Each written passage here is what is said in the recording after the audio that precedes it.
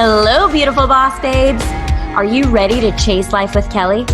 Well, I'm your host, Kelly Chase, and I'm so excited you're here. We are going to talk about all things love, dating, relationships, money mindset. We're going to dive deep into self-love, worthiness. I am going to bring on some incredibly empowering guests. We're going to have fun, we're going to laugh, and perhaps we're even going to shed some tears together. I am here to empower you, inspire you, and motivate you to create the life you crave. I am so excited for today's episode. Let's dive in.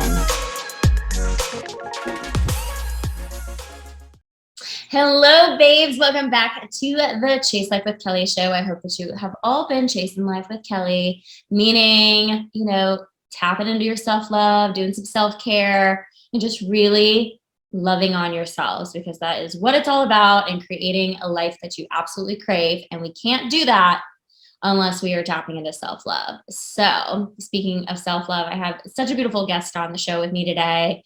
Her name is Loren. Well, I was about to say your last name, your maiden last name. She literally just got married. So Loren Rosko. That sounds so cool. Oh my gosh. I love it. I can't get enough of hearing it. I'm sure.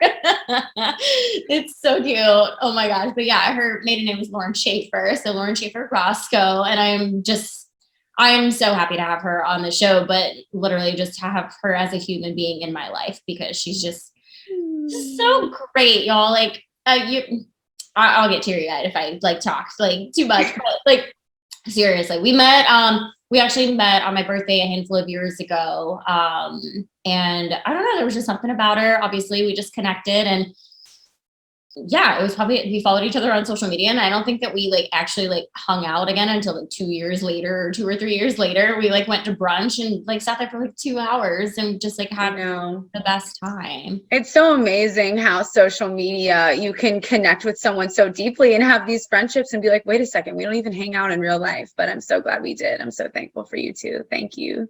Yeah, absolutely. Absolutely. So yeah. Okay. So there's so many dynamics of Loren that I want to share with you guys. So in the next 45 minutes to 60 minutes, I want to tap into a bunch of that. First and foremost, let's talk about, okay, so she just eloped, got married, had this what was it? You literally just made a reel today about, it was less than $8,000 wedding. And yeah. It was just so amazing. And let's start out with this. She wrote a song for her vows, because Miss Loren is a artist, as we're calling her today. Yeah, we're doing that too. Yes. Singer, songwriter, performer, all the things. But yeah, she's an artist, and she wrote her wedding vows into a song, and her song has now become super viral. It is. I'm so excited. Yeah, Kelly. So for those of you who don't know, I am a singer, and I've performed at a lot of big national events, but I'm also a wedding singer, and I have sung at hundreds of weddings. And so I did think it would be really special to surprise Sean with our own wedding song that I wrote and recorded for him. And his reaction was priceless. So I'm so excited. It's called Love on 30. Hey, if you guys want to listen to it. And I actually was not planning on releasing it. I thought it would just be something that friends and family would listen to, but everybody was encouraging me, just put it out. We want to listen to it in the car, whatever. And now everybody's using it for their own wedding and love content. So I'm super thankful to see what happens. I don't know, maybe it'll be a popular wedding song. That would be crazy. Absolutely. I mean, yes, I've been singing it. I listened to it nonstop the other day. So oh, I love you. You're the best. So good. It really is so good. Okay. So let's go through this journey first. Okay. So when I met Loren, she started dating someone, I guess, afterwards. And can you share just kind of your relationship dynamics, from meeting before, what all that looked like, and then to now as a married woman? Yeah, so I think this is so perfect, because you are so much about self-care and self-love. And I have been through it. I've been through it in life in general, but definitely in the love department. I think that I'll just say this. I've dated some frogs before I met my prince, as most of us have. And about 5 or 6 years ago, I lost my dad. And at that point, I had it with men. Just really felt like, oh my gosh, like, when am I going to meet my person? When am I going to meet my person? And right when I lost my dad, I started dating someone who I think took advantage of that vulnerability when I was grieving. And, I accepted things some red flags that I probably normally wouldn't have, being that I was grieving the loss of my dad. And so, one thing led to another. And, I realized I was being abused after a short time, probably a year. I realized, oh my God, this isn't okay.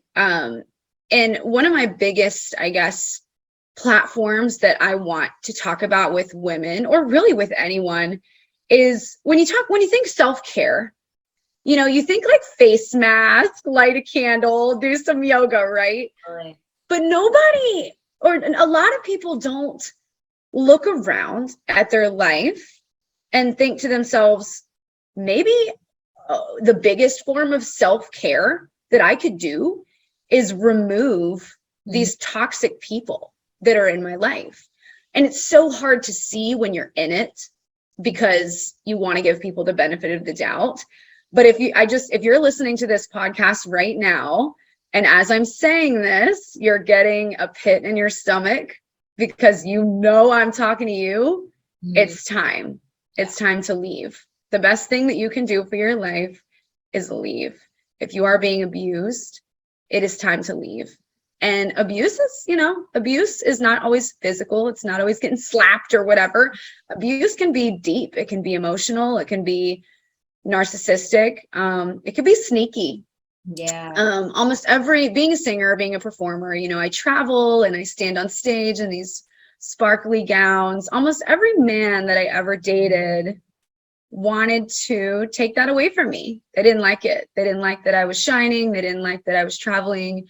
They were insecure about it, and they would bring me down and call me names and, try to get me to quit pursuing my passion.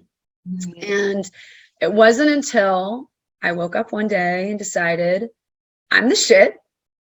I don't deserve this. I'm going to, pursue my dreams in my life. I'm not going to worry about men at all, that everything really started to flourish. So I promise you might be in the dark right now. You might be in the lowest of lows. I remember being there. I remember laying on my shower floor crying, thinking, oh my God, my life is over. I'm never going to meet anyone. My career is a joke. And now I'm sitting here married to the love of my life, who treats me like an absolute queen, and following my dreams, and my career has totally taken off. So hopefully that gives somebody some hope out there. I promise you it gets better, but you have to make that decision to leave.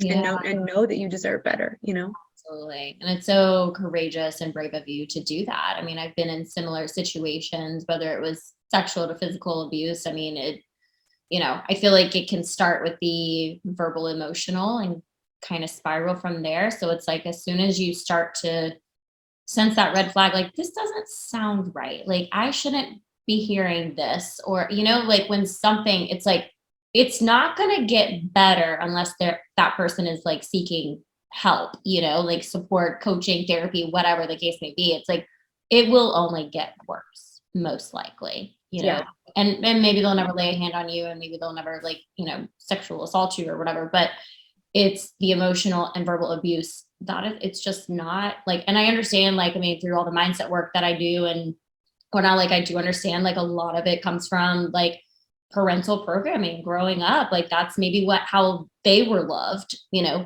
that's what they saw love was, or that's just how their parents handled things. And instead of doing the work to correct that, so they didn't do those behaviors too, they just did them. It's just habitual and stuff, but it's hard to get out of. I mean, I've definitely been. I couldn't agree more. I think as far as the parental thing, one example I have personally in my life is growing up, my dad was amazing. He was so great to me. He was such a great dad. However, he wasn't perfect to my mom, and he drank a lot. And, you know, a lot of men, when they drink too much, they abuse alcohol, they get angry. And I think seeing that my entire life, I made the assumption that all men do that and that that's okay. That's just what marriage is, right? This is how men act. And it's so funny because I noticed a pattern in my life that almost every single guy that I gave the time of day had a drinking problem, and then ultimately was angry when they drank. And I accepted that because I thought that that was normal. And it's funny because when I met my husband, one of the things that he told me was that, like, his parents didn't really drink and he had never seen them get in a fight before. And I was like, what? You've never seen your parents like scream at each other or anything? And he was like, no. And it's so funny because he's so even killed. I've never seen him raise his voice. He's never made me cry. Like, we've never gotten in a big fight or anything like that. And I'm like, oh my God, how weird is that? I know that has a lot to do with what he witnessed as a child. And that's not to say that you shouldn't give someone the benefit of the doubt to rise above their circumstances. I don't think that you should say, oh, really? You had a messed up childhood, you're out, you know, because most people can rise above that. Totally. I just find it interesting that, you know. Absolutely. No, absolutely. I mean, and it's funny because I'm like reading this book. It's called like Getting the Love You Want, like a guidebook for couples or something. A friend of mine who's like, has, you know, gone through therapy and relationship counseling and that kind of thing, gave me the book. And there's a type of like therapy in there, like it's called imago therapy. And basically though, like what you're doing are a lot of different exercises, but like holding space for your person and really like mirroring and reflecting back to them what they're saying, you know, like really acknowledging and validating their emotions and everything that's going on. A lot of us are raised in a very critical household. And I mean, I, for one, I'm sure my parents wouldn't like me to say that, but yeah, I know. Yeah. But it's true, you know, and I mean, they just, again, it's probably the way that they were raised as well. But it was saying basically, you know, we go through life and let's say we like see things of our parents or caregivers that we really didn't love, and we'll be like, oh, I'll never marry a guy like that. Like, I'll never be with someone like that. But then you attract that type of person. Yes. And it's like, it's because the energy, the programming and the energy, your vibration has been programmed so much to that's what you're comfortable in. And you're like, your ego like is attracted to that, and it's trying to keep you safe. And although that, you know, safe to your ego does not necessarily mean it's good for you.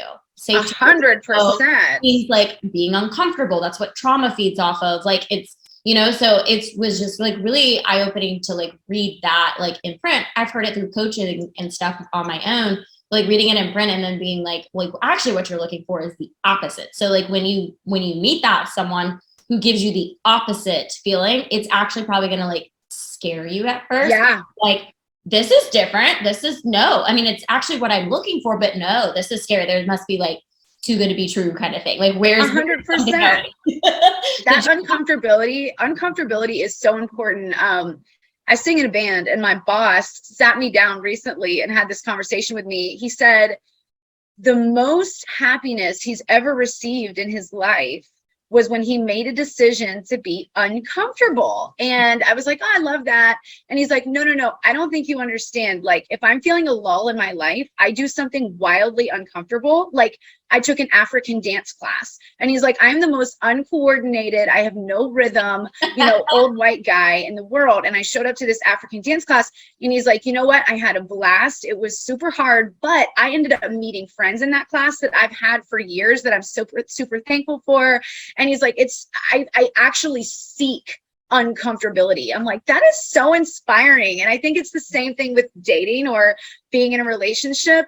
My husband is so opposite of me. I've always dated people that were artistic like me or whatever. And he's such a businessman, and he's so he leads me so much. And I used to want to wear the pants and control everything in my life. And I feel like when I'm with him, I finally am in this space where I can relax in my feminine and just allow him to take care of me.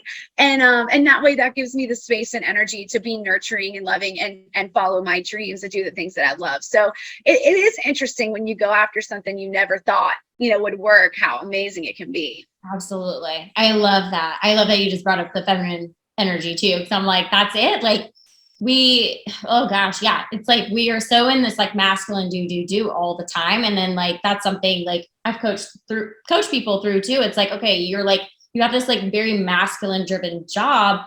And then you like come home from work and you're still in this like masculine energy, and your husband or partner is like wanting to like serve you, but you're like so in the doing that you won't let them. I was like, that alone is just creating some like friction in your marriage or relationship. Like, yeah, allow, receive, like just be, So I love that. I love that. It's the best. Did you feel like when I said that about like being scared, obviously, okay, so for those of you who don't know, Loren, your cousin set you up? Okay, so her cousin set her now husband and her up. Obviously I know that your first like meeting, your first date, obviously it was a blind date and everything, but did something like, was there ever during that time or the first couple of times that y'all went on your first dates, did you have that like scared feeling or did actually, I think there's a mixture of scared, but like calm. So my cousin, he's a few years older than me. I don't know. When he said, I'm going to set you up on a date with my neighbor, first of all, it was like, what? Like, who, your neighbor? Like, I don't know. I wasn't picturing like the cutest guy in the world. I was just kind of like, huh?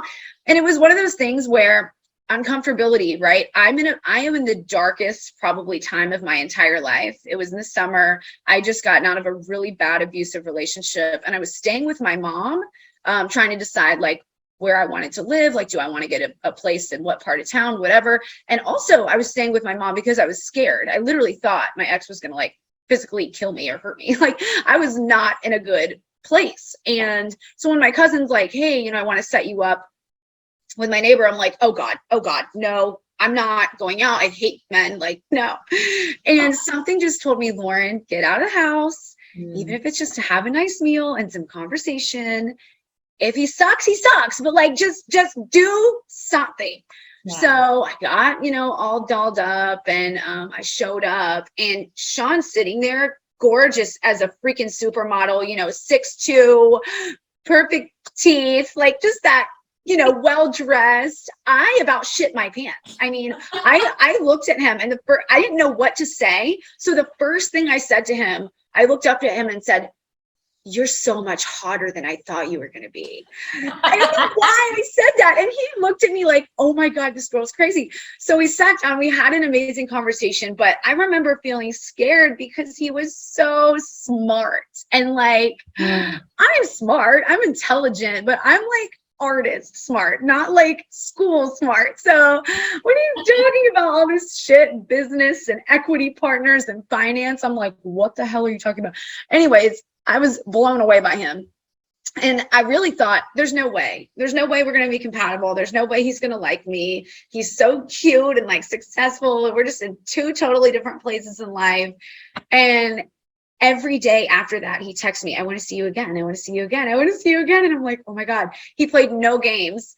And our story, actually, not to be long-winded, but 10 days after knowing me, he texted me and asked me if he could take me on vacation.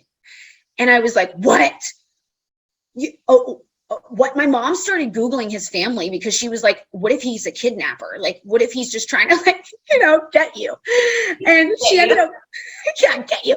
She ended up finding his family online. It's fine. You should go. So we had never even kissed yet. And now I've got this vacation plan with this guy. So Sean takes me to 30A, which is our favorite place in Florida. And that's why my song is called Love on 30A, because we fell in love there. And he's taken me back like 4 or 5 times a year since that day. Wow.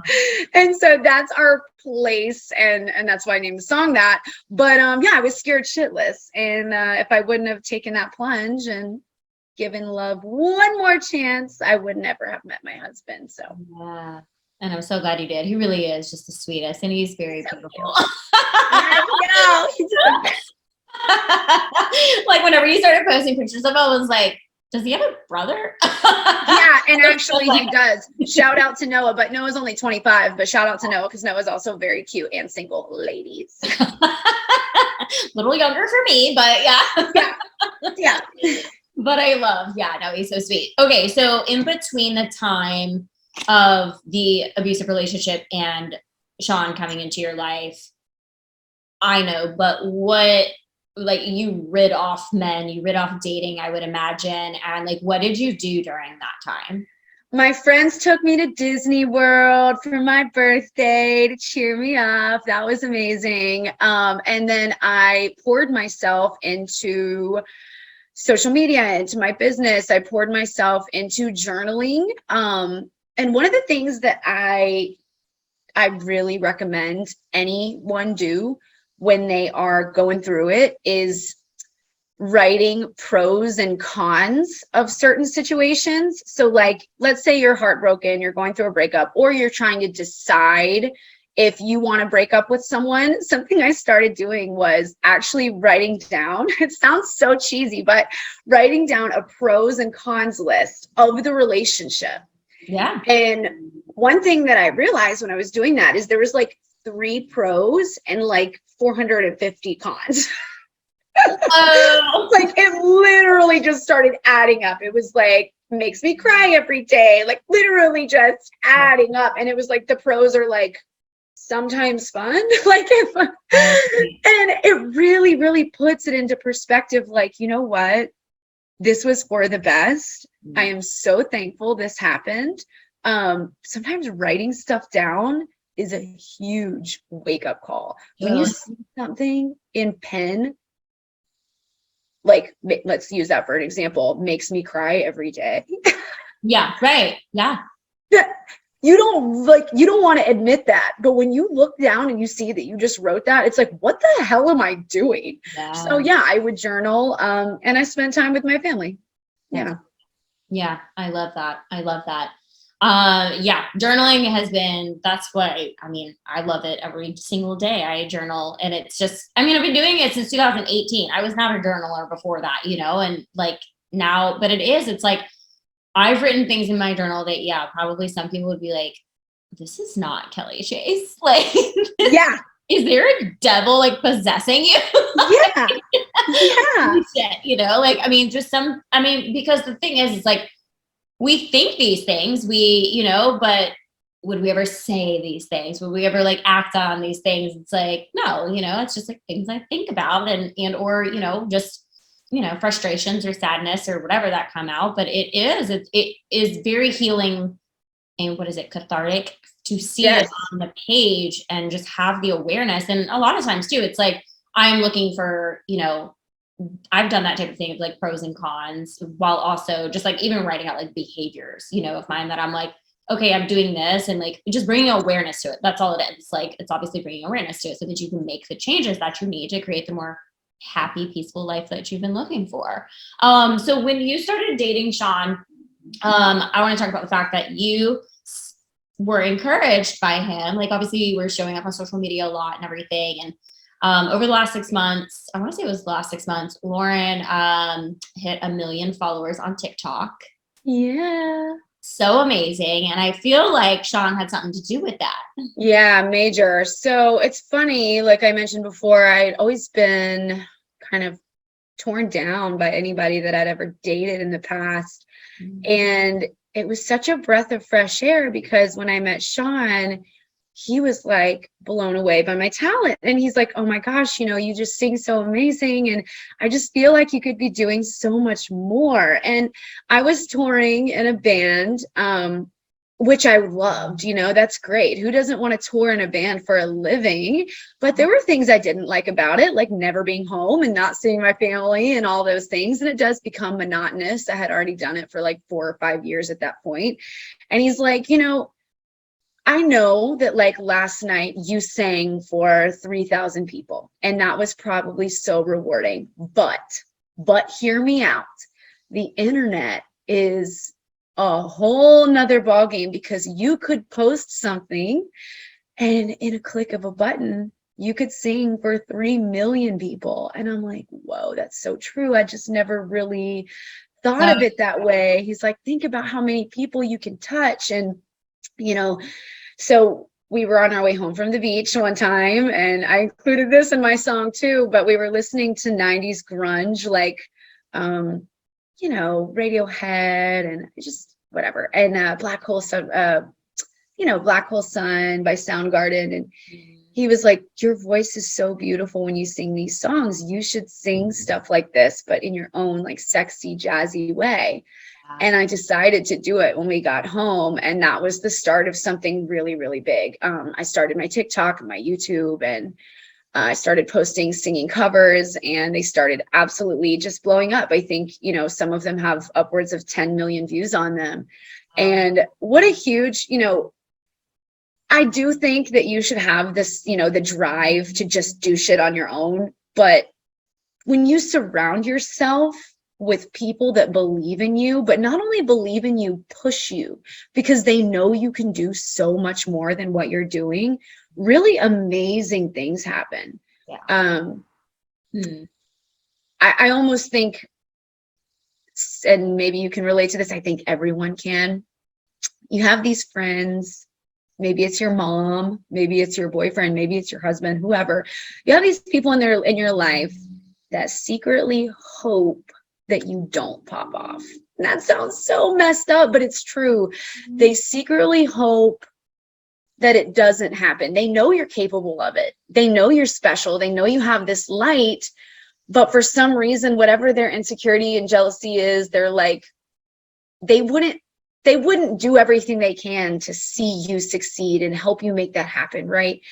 Whereas Sean, every single day comes home and he's like, did you post? Did you make a TikTok? Your fans are waiting. What's your next cover? Let's go, girl. Because he knows that makes me happy. Yeah. And he knows how rewarding it is for me when I actually get up off my ass and do it.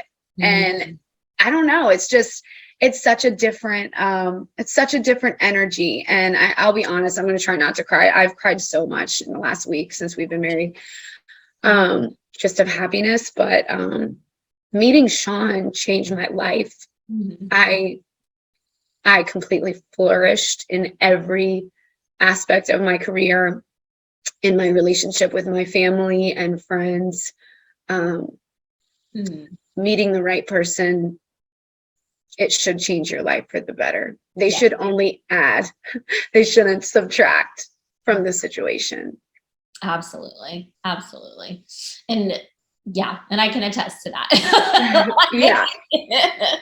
Like I said, you were there. Yeah, I was there. I mean, oh my gosh. Well, it's so great. When I walked in to her quote unquote engagement party that happened to be her wedding reception the other night, like I had a pit in my throat the entire night. Like I was like, don't cry. And you all know I'm like, okay, you guys, we need to cry when we're like processing emotions and everything, right? Like don't stuff it down. But like, I think I was like starting my period too. So I was like a ball of emotions and this like knot in my throat for days. And I just I think I like started my period maybe like 4 days later. And it was like, Jesus Christ, the last 2 days I've had a pit, or the last 2 weeks I've had like a pit in my throat and I haven't been able to cry. And I just like cried so much. It was so great. But but I was just like so happy for you. And I was like, are you serious? Like you guys got married? And like, oh my God. Like I just like, as I said before, I was like,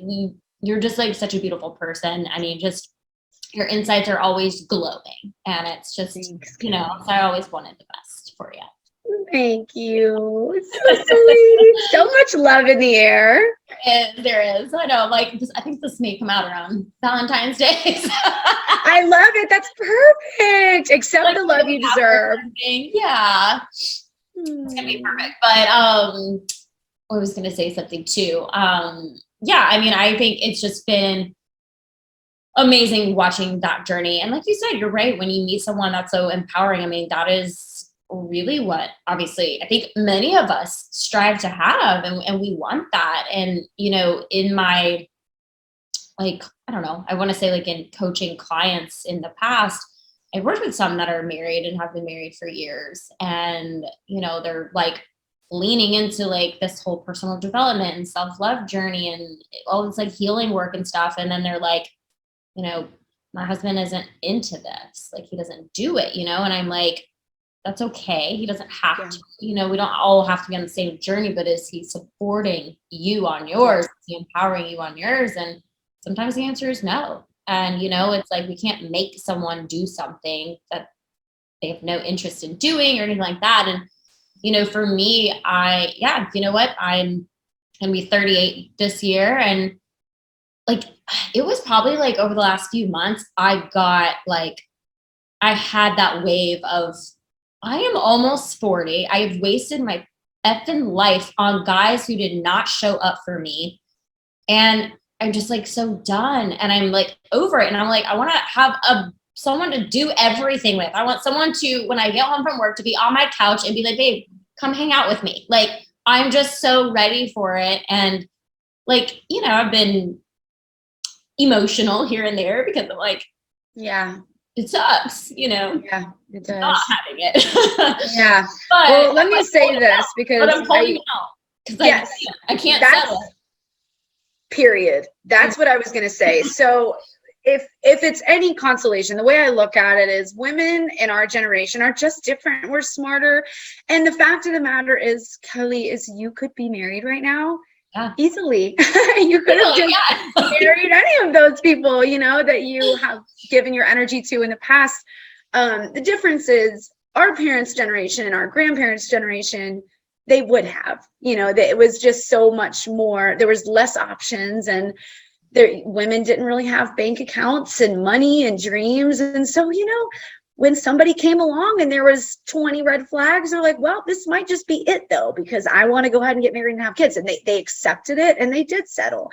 And I do think that that's why there's such a high divorce rate. And I think with us, with our generation, waiting until we're in our mid 30s, 40s to settle down with someone, I'm wondering to see, you know, 20 years from now, what the divorce rate is. Is it going to get better? Because I do feel like people are not accepting bullshit. Right. So, you know, you can look at it as, oh, I don't have someone, or, you know, and I know you know this because you know so much about self-love, but you can look at it that way, or you can look at it as, I'm so damn proud of myself, you know, that I haven't settled for some jerk.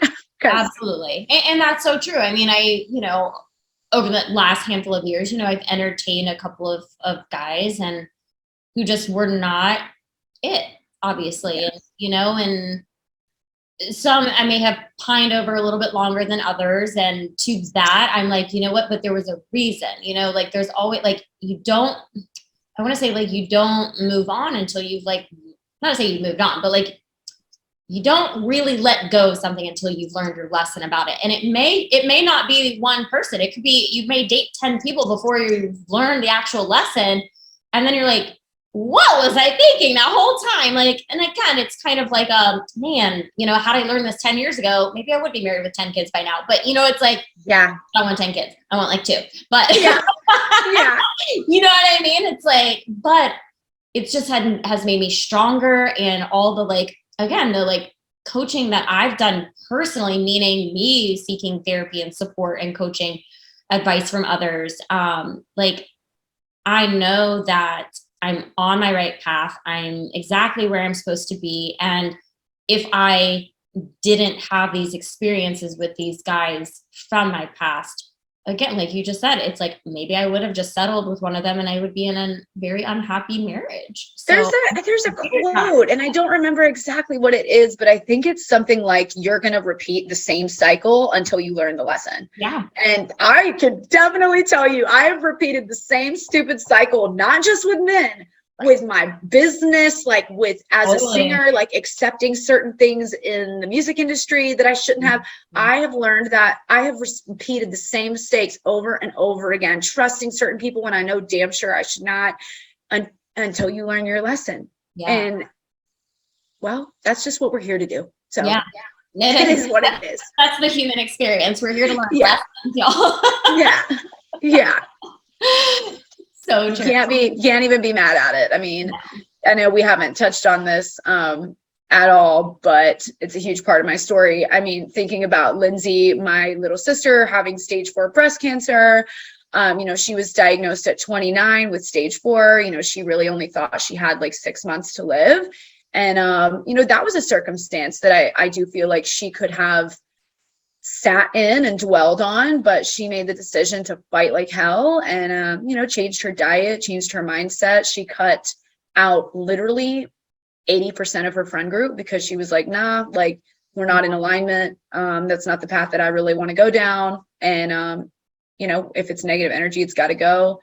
And she's a warrior. And, 3 years later, she's here and she's thriving and her scans are looking great. She just finally had her double mastectomy. And, she's super inspiring. So she is. I think in any of these, making yourself uncomfortable, doing the work and making that decision that you deserve to thrive, it applies to all areas of life, not even just dating and love and marriage. Totally. Absolutely. Absolutely. Well, it's, like I just started a new job and I had a lot of resistance, around getting back into corporate world. And, and I hate, like, when I say that, it's more of like a habit for me to be like, oh, I I went back into something. And because we're never going backwards, it's like, again, there's lessons to be learned and there's an opportunity out of this, position that I'm in right now. And so many, I'm meeting such amazing people like out in the field. Like I'm really enjoying what I'm doing. And is it the end all be all? I have no idea, but only time will tell. I know that I have a lot of bigger purpose things and, kind of circling back to what you were saying, what Sean said about like, you could like, you're maybe touching 300 people at an event, but you be touching 3 million people on social media. Right.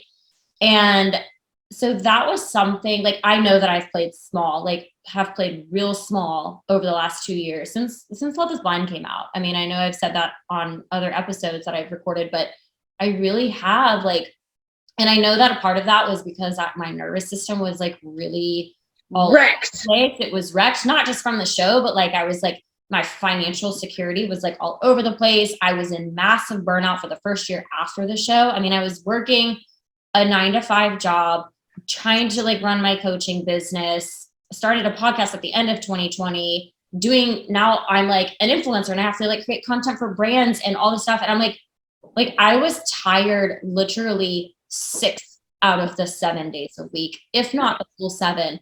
And like, I was getting access to Adderall and I started taking some Adderall because I was like, I have to perform at work. Like I have to do things for work, and it was like my bank account was not really where I wanted it to be. So I wanted to leave that corporate job because it would have freed up 8-9 hours of my day to just really be able to focus on what I'm really passionate about, and then also creating content and stuff.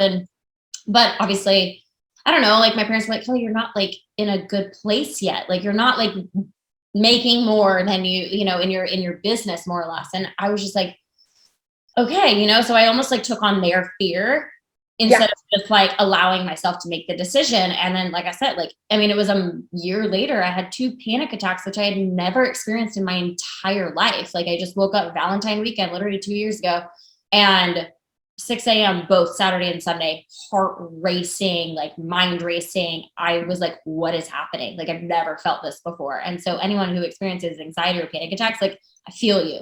I have never experienced that. It's very scary. Like it's very scary. So I knew that something had to change. My mom, I think that was like the wake up call to my parents. Like they were like, if you need to leave your job, leave your job. Your health is more important. I was like, Jesus, did we have said this 6 months ago? Yeah. And I think there could be a balance, I think for me, I go through ebbs and flows where I have like bread and butter money. And then of course I want to be a full-time content creator. And I guess I probably could be. And I'm playing small too, because, I'm only posting a few times a week where I should probably be posting a few times a day. Right. And I see these creators that are making, 6-figure months, just by doing whatever it is that they're doing, on TikTok and whatever else. And I do want to get there, but there's nothing wrong in that being your side hustle and having your bread and butter money. I still sing at bars. I still sing at weddings. I'm going to sing at an apartment complex on Thursday. I take whatever jobs I can get because I'm just not in a place where I can do that full time. I would love to, because I would love to have a baby in the next couple years, you know, but we'll see what happens. But yeah, there's no shame in doing what you got to do to pay your bills and get your bread and butter while you're following your dream. There's no shame in that. Absolutely. And honestly, like, I mean, I started the position at the end of December, and like my nervous is like, I am so at peace. Like there's so much relief, and kind of going back to like self-care and self-love. Like if you're not taking care, like that's a deeper level of like having awareness of your nervous system being out of, and just being totally wrecked. Like that, like, you run off of your nervous system, everyone. Like if your nervous system is shot, and it may not be, you know, a job, it could be a relationship, like whatever, like you got to tune into that and make the changes that you need. But I've been like so much more at peace, like, and I'm like, wow, the consistent, like every 2-week paycheck is just so beautiful. Like I love that, you know, because, and I've done a lot of work around money mindset and stuff like that. So there were a lot, like I said, I had a lot of resistance going back into it. And it's because I was like, you know, oh, are people going to, you know, what are people going to think? Whatever they're going to think of me. She does all this work, all this coaching work, all this healing work and stuff. But, oh, here she is. She's like failed at her business. She's failed at this. Like, and those were the internal thoughts. And I'm like, damn it, you know, but I'm like, who cares what anybody thinks? I have to do what's best for me right now. And that's what's happened. And I'm like to post things, I don't feel like I have to post them because to attract a brand, or because, to attract coaching clients. Like I mean, the podcast and like writing a book and like maybe doing some public speaking, like, and creating fun content is like where my mind is right now, because I'm not relying on it for income. Like absolutely. That is my biggest piece of advice to anyone that makes content, is if it's not fun, it's a wrap. It's a wrap, because your energy is so important. And the energy that you have, like right now, you and I were so calm, right? We're girlfriends, we're having a good time. There's no stakes. This isn't high stakes. This is chill. And that energy is felt. So anyone listening right now can feel that we're just calm and we're just having a normal conversation, and we're not scared, you know, we're not like, oh, this has to be amazing. No, we're doing it because we want to. We love it. So people can feel that energy. So the second it is not fun to make your content, it's a wrap. You need to take a step back. Walk away. Absolutely. Because, and like, I found myself, I mean, definitely I was in comparison mode with a lot of people. I was, you know, I would probably like, you know, internalize something and be like, oh, like that post of so-and-so's had a lot of engagement, I should do that. Like, yes. So I was so like, I remember like maybe it was like right before Christmas, I was on someone else's podcast, and I was like, I honestly like look at my Instagram account, and I just like want to like delete it.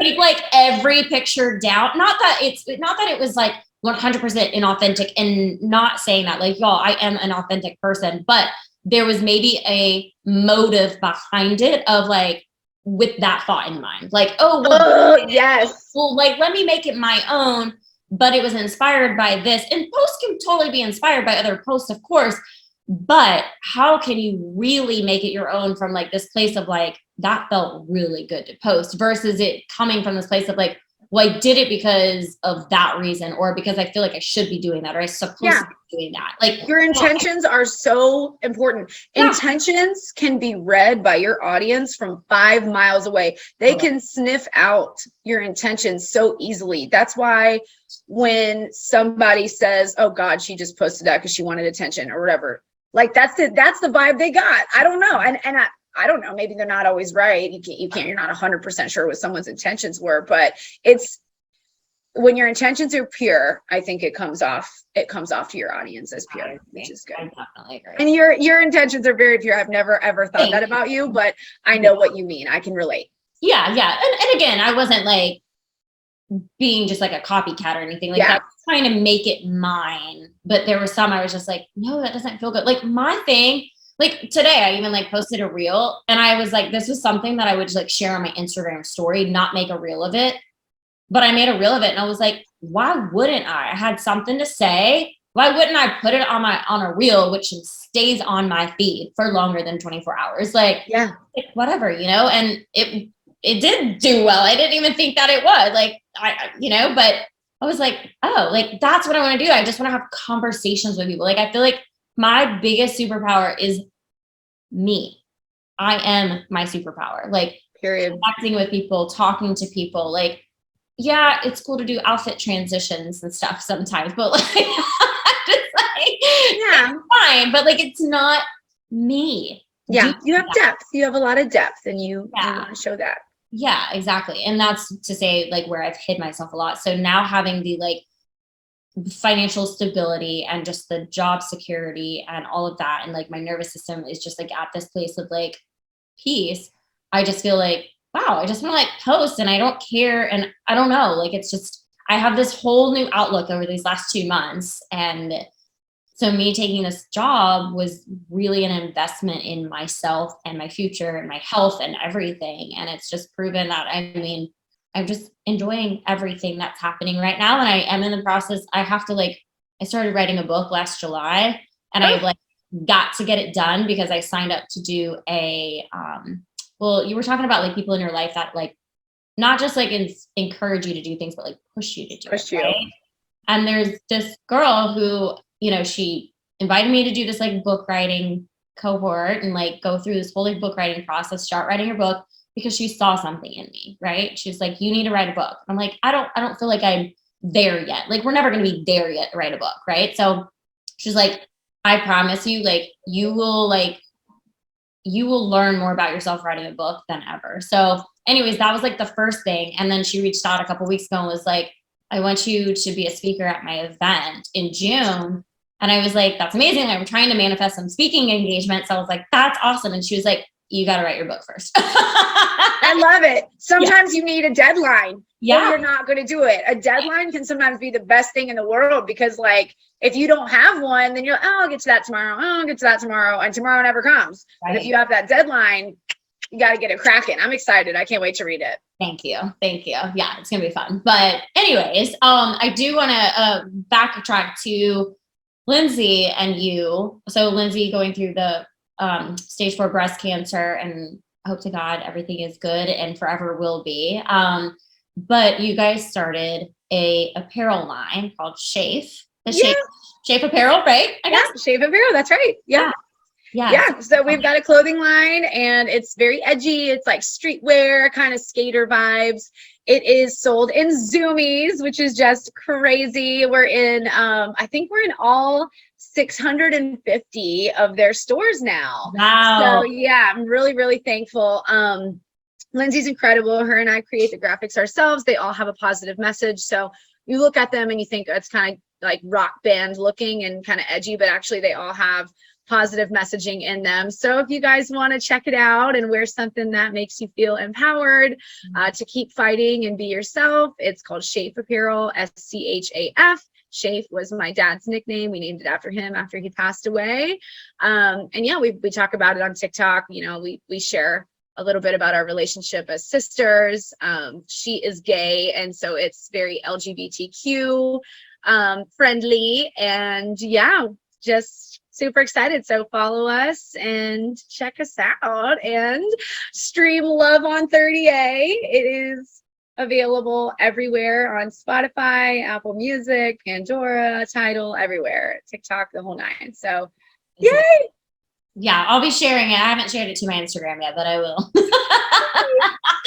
I was like, how can I do this? I want to like create something like fun to like, please, you are my biggest supporter. I'm obsessed with you. You repost all my music stuff and you just kill me. I love it. So good. I mean, if I like, okay, so comparing, I'm like, I really wanted to be a singer when I was younger. So I'm like, her voice is just so good. I always think of you as like a mix between like Amy Winehouse and like Adele in that sense. Like she just has this like kind of raspy-ish kind of voice sometimes. Like, and maybe that's my perception, but like, I don't know, y'all. Yeah. It's very unique. And so to her TikToks, like what she's been doing, it's so, she, again, putting her own spin on things, but she's like, she takes songs and is like, what if I did this? And she like just makes this whole new thing for this song. And I'm like, okay, like I want the artist, like have any of the original artists like ever like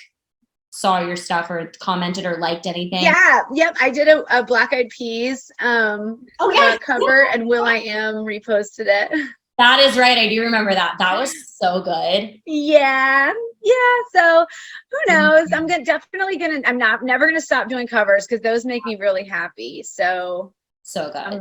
I've got a few more of those coming out, but yeah, we'll see. What 2023 has already been an amazing year, and we're only a month in. I just got married. I just released my first single. What else is gonna happen? I don't know. Yeah, that's where I'm at. Like, I'm like, it's only like the first week of February, and I feel like, I already was writing a book, but I felt like maybe in the headspace that I was last year, I was like, it'll never come to fruition, or like it'll be 10 years until that gets done. But I just feel, again, it's just like I've supported myself now, and it's just like I'm in this just like really radical freaking energy, this like high vibey energy. And of course, I have my own challenges and hardships personally, and it's hard some days. And I think that's like probably part of why I needed to cry like at your wedding, because I was like, oh my God, everything is just building up one time. But I practice gratitude every single day, and I just feel like that really helps me shift things and know that there's so many amazing opportunities that are already on their way to me that I couldn't even imagine happening. They're on their way, and you have no idea what they are. It's so exciting. It's so exciting. And the same for you. Like, especially, like literally, like you're blowing up even more because now of this song, and it's just so cool. It's neat. It is very neat cheering on your friends, y'all, and cheering on complete strangers too of the internet. Like, I love that. Like, and I'm sure you do too. Like when you receive a DM from someone you've never heard of, you don't even know where they live, and it's like, and they're just like, wow, I've been cheering you on forever. Like, you're so inspiring. And it's like, wow, like it's so cool when we can like get in our own head about our own stuff. And then we get that one message that just makes us remember why we do what we do. Yes. Yes. Well, that's you for me a lot of times. So. Oh, thanks. Well, I'll keep doing it, girl. I'll keep doing it. Well, I'm so blessed to have met you on that party boat so many years. Same. Hey, speaking of being on a date with a guy that kind of sucks and you weren't really into, turning into meeting an amazing person. Maybe you were the person I was supposed to meet that day. I guess you were. Yeah, absolutely. Absolutely. I was just, and that was a time of my life I was not in a good headspace back then either. So I think that was maybe it. Like, you just like had such a light about you and just made me feel less of what I was going through maybe at that time. So definitely. Thank you. Definitely. Yeah. Thank you. And thank you for having me. This was so nice. Absolutely. Absolutely. And everyone, I'll put all the links and where you can find Loren in the show notes. So definitely go give her a follow, tune into all of her stuff, and share her everything. Thank you so much. Love you to pieces. I love you too. Oh. If you loved this episode, please download, share, rate, and review. If you are ready to step into that next level version of you and grow your business and bank account, it's time to unleash your goddess magic and chase life with Kelly. You can start this epic expansion journey by diving into the Goddess Magic course bundle found at chaselifetogether.com. Please connect with me on Instagram at Chase Life with Kelly. Join the Chase Life with Kelly Facebook community and subscribe to my YouTube channel. Till next time, create the life you crave, babe, and chase life with Kelly.